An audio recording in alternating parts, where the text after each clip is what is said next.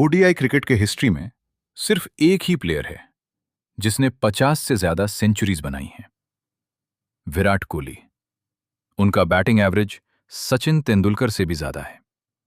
और सिर्फ एवरेज ही नहीं, हर इनिंग्स में बनाए गए रन्स भी सचिन से ज्यादा है।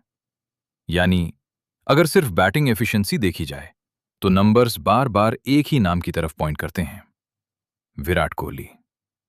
फिर भी ओडीआई क्रिकेट का सबसे बड़ा बैटिंग रिकॉर्ड आज भी उनके पास नहीं है। मोस्ट ओडीआई रन्स, वो रिकॉर्ड आज भी सचिन तेंदुलकर के नाम है। और दोनों के बीच का गैप सिर्फ कुछ रन्स का नहीं, हजारों रन्स का है। तो सवाल यह है, अगर विराट की बैटिंग इतनी एफिशिएंट थी तो वो कभी नंबर 1 क्यों नहीं बन पाए? क्या सचिन बस बेटर थे? या कहानी में एक और फैक्टर भी था जिसके बारे में हम अक्सर बात ही नहीं करते। आज हम कंपेयर करेंगे सिर्फ दो बैटर्स को नहीं, दो अलग क्रिकेटिंग एराज को। कैलेंडर देखेंगे, स्टैटिस्टिक्स देखेंगे और एक सिमुलेशन भी चलाएंगे ताकि पता चले कि क्या मॉडर्न क्रिकेट ने हिस्ट्री लिखने का तरीका ही बदल दिया। वेलकम टू क्रिकेटिंग इंजीनियर, जहां क्रिकेट सिर्फ देखा नहीं जाता, समझा जाता है। अब तक हमने सिर्फ एक पैराडॉक्स देखा, लेकिन उससे प्रूव नहीं किया। तो इन्वेस्टिगेशन की शुरुआत ओपिनियन से नहीं, रिकॉर्ड से करते हैं। सबसे पहले batting average. Sachin Tendulkar ODI average 44.83, Virat Kohli 58.53, यानी लगभग 14 रन ज्यादा हर डिसमिसल पर। अब सिर्फ एवरेज देखना भी काफी नहीं है, क्योंकि batting average not out innings से काफी इन्फ्लुएंस होता है। इसलिए एक और मैट्रिक देखते हैं, रन्स पर इनिंग्स।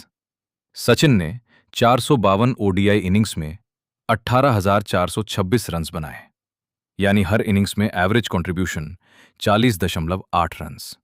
विराट 301 इनिंग्स, 14,867 रन्स, मतलब 49.4 रन्स पर इनिंग्स। हर बार क्रीज पर आकर विराट एवरेज में सचिन से लगभग 9 रन ज्यादा कंट्रीब्यूट करते हैं। और अब तीसरा मैट्रिक, सेंचुरीज। सचिन ने 452 इनिंग्स में 49 ओडीआई सेंचुरीज बनाई, यानी एक सेंचुरी लगभग हर 9.2 इनिंग्स में। विराट 54 सेंचुरीज, सिर्फ 301 इनिंग्स में, यानी एक सेंचुरी हर 5.6 इनिंग्स में।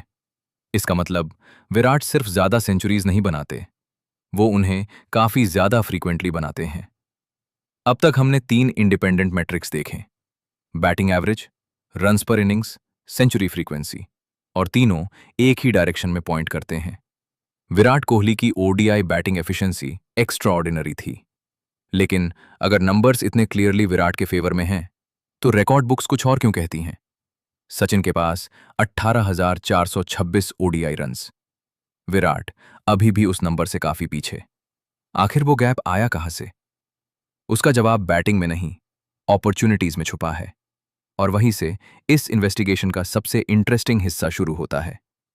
अगर बैटिंग एफिशिएंसी विराट के साइड में थी, तो फिर रिकॉर्ड सचिन के पास क्यों है? सबसे ऑब्वियस जवाब है मैचेस। सचिन तेंदुलकर ने 463 ओडीआई मैचेस खेले, विराट कोहली ने अब तक 313, यानी 150 मैचेस का डिफरेंस। और पहली नजर में यह डिफरेंस बिल्कुल नेचुरल लगता है। आखिर सचिन का ओडीआई करियर 1989 से 2012 तक चला, लगभग 23 साल। विराट ने अपना ओडीआई डेब्यू 2008 में किया और उनका करियर अब तक लगभग 18 साल का है।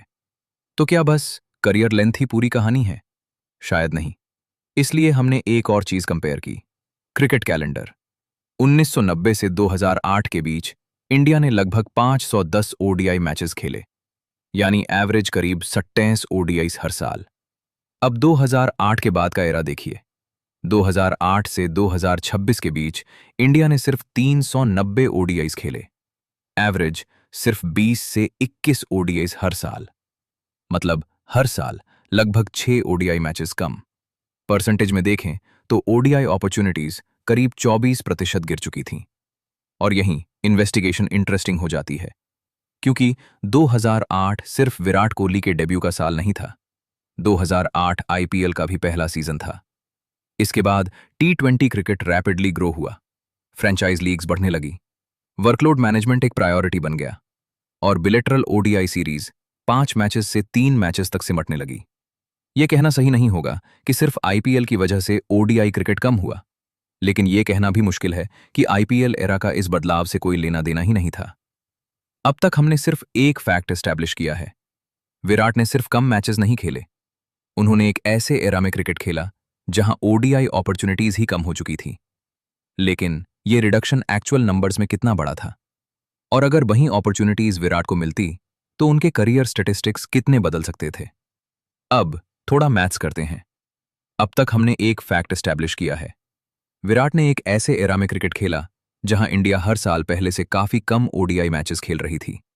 लेकिन इसका एक्चुअल इंपैक्ट कितना था, चलिए कैलकुलेट करते हैं। प्री आईपीएल एरा में इंडिया एवरेज 27 ओडीआईज हर साल खेलती थी। विराट के एरा में ये एवरेज गिरकर 20.5 ओडीआईज पर ईयर के आसपास आ गया। डिफरेंस लगभग 6 ओडीआई मैचेस हर साल। अब विराट का ओडीआई करियर देखिए, 2008 से लेकर आज तक लगभग 18 साल। तो सिंपल मैथ्स कहता है 6 मैचेस गुणा 18 ईयर्स बराबर 108 मैचेस। यानी अगर विराट भी उसी ओडीआई कैलेंडर में खेलते जिसमें सचिन की जनरेशन खेली थी, तो उनके पास रफली 100 से ज्यादा एडिशनल ओडीआई अपॉर्चुनिटीज हो सकती थी। ध्यान रहे, ये एग्जैक्ट प्रेडिक्शन नहीं है। बीच में कोविड भी आया, कई सीरीज कैंसिल हुई था, वर्कलोड मैनेजमेंट भी था। इसलिए हम कंजर्वेटिव अप्रोच लेंगे। 100 हाइपोथेटिकल ओडीआई इनिंग्स। अब अगला सवाल, 100 और इनिंग्स मिलती तो विराट कितने रन्स बना सकते थे? यहीं लोग एक कॉमन मिस्टेक करते हैं। वो विराट का बैटिंग एवरेज 58.5 उठाते हैं और उससे 100 से मल्टीप्लाई कर देते हैं। लेकिन स्टैटिस्टिकली वो सही मेथड नहीं है, क्योंकि बैटिंग एवरेज सिर्फ आउट होने वाली इनिंग्स को कंसिडर करता है। नॉट आउट इनिंग्स उस कैलकुलेशन को इन्फ्लेट कर देती हैं। इसलिए हम एक बेटर मेट्रिक यूज करेंगे, रन्स पर इनिंग्स। विराट ने 301 ओडीआई इनिंग्स में 14,867 रन्स बनाए। मतलब हर इनिंग्स में उनका एक्चुअल कंट्रीब्यूशन 49.4 रन्स। अब वही रेट 100 हाइपोथेटिकल इनिंग्स पर अप्लाई करते हैं। 49.4 गुना 100 बराबर 4,940 रन्स, यानी रफली 5,000 एक्स्ट्रा ओडीआई रन्स। अब सेंचुरीज। विराट ने 301 इनिंग्स में 54 सेंचुरीज बनाई हैं। मतलब एक सेंचुरी लगभग हर 5.6 इनिंग्स में। अगर वही कन्वर्जन रेट कंटिन्यू करे तो 100 एक्स्ट्रा इनिंग्स स्टैटिस्टिकली 17 से 18 एक्स्ट्रा सेंचुरीज भी दे सकती हैं। और यहीं पूरी इन्वेस्टिगेशन का सबसे इंटरेस्टिंग मोमेंट आता है। 5,000 एक्स्ट्रा रन्स, 17 या 18 एक्स्ट्रा सेंचुरीज, ये सिर्फ बड़े नंबर्स नहीं हैं, ये वो नंबर्स हैं जो ऑल टाइम रिकॉर्ड बुक्स को कंप्लीटली बदल सकते हैं। लेकिन क्या ये कंक्लूजन इतना स्ट्रेट फॉरवर्ड है? बिल्कुल नहीं, क्योंकि एक बहुत बड़ा काउंटर आर्ग्यूमेंट अभी भी बाकी है। अगर हम यहीं वीडियो खत्म कर दें तो कंक्लूजन बहुत सिंपल लगेगा। कम ओडीआई मैचेस मिले इसलिए विराट रिकॉर्ड नहीं तोड़ पाए। लेकिन साइंस में हो या इंजीनियरिंग में अगर एक थ्योरी है तो उसका स्ट्रॉन्गेस्ट काउंटर आर्ग्यूमेंट भी टेस्ट करना पड़ता है, और यहां भी वही करते हैं। सबसे पहला सवाल, क्या वो 100 मैचेस वैसे के वैसे ओडीआई बन जाते? शायद नहीं, क्योंकि 2008 के बाद सिर्फ आईपीएल नहीं आया, पूरा क्रिकेट ही बदल गया। टी20 इंटरनेशनल्स बढ़े, फ्रेंचाइज क्रिकेट दुनिया भर में फैल गया, प्लेयर्स को वर्कलोड के हिसाब से मैनेज किया जाने लगा, और इसी वजह से मॉडर्न प्लेयर्स अलग तरह का क्रिकेट खेलते हैं। एक और इंटरेस्टिंग कंपैरिजन देखिए। सचिन तेंदुलकर ने अपने पूरे इंटरनेशनल करियर में सिर्फ एक टी20 इंटरनेशनल खेला। विराट कोहली 125 टी20 इंटरनेशनल। यानी जो टाइम सचिन की जनरेशन ओडीआईज में स्पेंड करती थी, उसका एक हिस्सा विराट की जनरेशन ने टी20 क्रिकेट में स्पेंड किया। और सिर्फ फॉर्मेट ही नहीं बदला, प्रिपरेशन भी बदली, फिटनेस स्टैंडर्ड्स बदले, रिकवरी मेथड्स बदले, स्पोर्ट्स साइंस इंप्रूव हुई, प्रेशर सिचुएशंस भी अलग हो गईं। तो एक ऑनेस्ट सवाल यह भी है, अगर आईपीएल और टी20 एरा कभी आता ही नहीं, तो क्या विराट वही प्लेयर बनते जो आज हम देखते हैं? क्या उनकी बैटिंग उतनी ही एग्रेसिव होती? क्या उनकी फिटनेस उतनी ही लेजेंडरी होती? क्या उनकी कंसिस्टेंसी वैसे ही रहती? इसका जवाब किसी के पास नहीं है। और इसीलिए ये वीडियो ये क्लेम नहीं कर रहा कि आईपीएल ने विराट से रिकॉर्ड छीन लिया। ये सिर्फ इतना कह रहा है कि क्रिकेट का कैलेंडर बदला, ओडीआई अपॉर्चुनिटीज कम हुई, और उसका इंपैक्ट करियर टोटल्स पर पड़ना ऑलमोस्ट इनविटेबल था। अब बस एक ही सवाल बचता है, नंबर्स को देखकर सबसे फेयर कंक्लूजन क्या निकालता है? तो इस इन्वेस्टिगेशन से हमने क्या सीखा? सबसे पहले ये समझना जरूरी है कि बेटर और ग्रेटर एक ही चीज नहीं होते। अगर हम सिर्फ ओडीआई बैटिंग एफिशिएंसी देखें, बैटिंग एवरेज, रन्स पर इनिंग्स और सेंचुरी फ्रीक्वेंसी, तो विराट कोहली के नंबर्स सचिन तेंदुलकर से आगे नजर आते हैं। लेकिन क्रिकेट सिर्फ एफिशिएंसी का गेम नहीं है। करियर रिकॉर्ड्स अपॉर्चुनिटीज से भी बनते हैं। और यहीं दोनों जनरेशंस का सबसे बड़ा डिफरेंस था। सचिन ने अपना करियर उस दौर में खेला जब ओडीआई क्रिकेट इंटरनेशनल कैलेंडर का सेंटर पीस था। विराट ने अपना करियर उस वक्त शुरू किया जब टी20 क्रिकेट रैपिडली ग्रो कर रहा था। आईपीएल आ चुका था, बिलैटरल ओडीआई सीरीज छोटी हो रही थी और इंटरनेशनल टीम्स वर्कलोड मैनेजमेंट को प्रायोरिटी देने लगी थी। हमारे कंपैरिजन में इंडिया के ओडीआई शेड्यूल में लगभग 24% की रिडक्शन दिखी। और उसी रिडक्शन को विराट के करियर पर अप्लाई करने पर रफली 100 एडिशनल ओडीआई अपॉर्चुनिटीज का एस्टिमेट सामने आता है। हिस्टोरिकल परफॉर्मेंस के बेसिस पर यह ट्रांसलेट होता है लगभग 5000 एडिशनल रन्स और 17 से 18 एक्स्ट्रा ओडीआई सेंचुरीज। क्या इसका मतलब विराट डेफिनेटली सचिन का रिकॉर्ड तोड़ देते? नहीं। क्रिकेट इतना प्रिडिक्टेबल नहीं होता। फॉर्म बदलता है, इंजरीज होती हैं, कंडीशंस बदलती हैं और हर एक्स्ट्रा मैच में रन्स मिलेंगे इसकी कोई गारंटी नहीं होती। लेकिन एक बात नंबर्स क्लियरली दिखाते हैं।